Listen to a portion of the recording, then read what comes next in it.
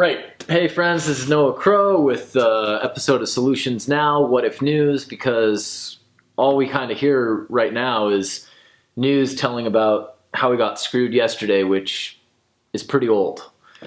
And if the news isn't telling us useful things to do that we can use to prepare for tomorrow, then it doesn't really seem like news. It just seems like busyness.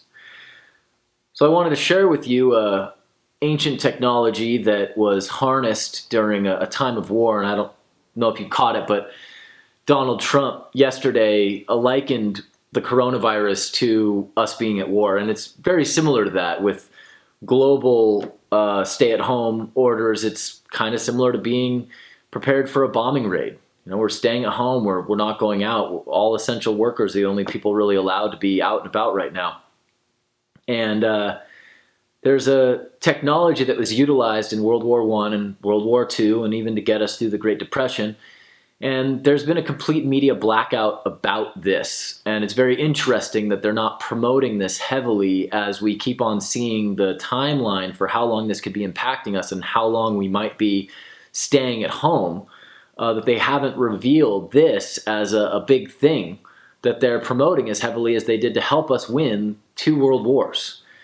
This is something that even Eleanor Roosevelt got in trouble with the Department of Agriculture around, and you know, it's really funny considering that we have to stop the spread of this disease, and the greatest way it's spreading is by being in social contact with each other, and the main way that we're all in social contact with each other, even when, you know, following stay-at-home orders, is going to the grocery store. I mean, the lines outside of Costco within days of the stay-at-home orders going into effect were massive, and we actually wonder, you know, how much of community transmission happened when people were stocking up on toilet paper and bottles of water. Why were we even told to stock up on things?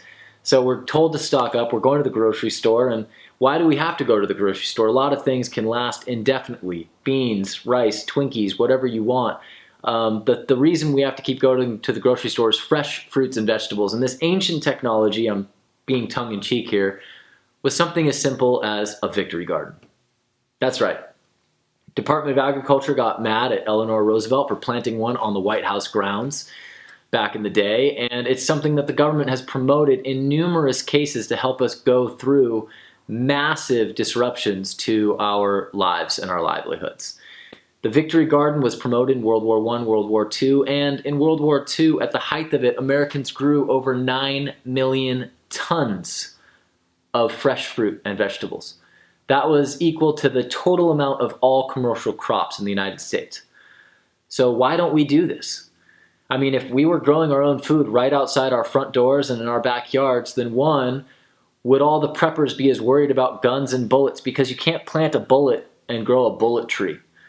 And guns don't feed people. Food does.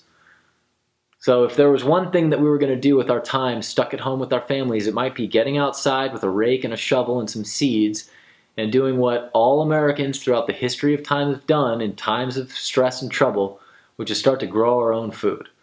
I mean, if we don't trust the government to get this right, and they've been doing a poor job of this so far, and we don't know with global supply chains disrupted. I mean, look what the wall did to avocado prices from Mexico. So if we're going to be prepared, and the military would agree with us, decentralizing our main resources is the best way to make sure that our communities are resilient in times of stress and trouble. So the best thing we can do right now is go outside with your friends, with your family, stay 6 feet apart, and grow your own garden. This is Noah Crow with Solutions Now, What If News, because if the news isn't giving us something useful to do, then it's old.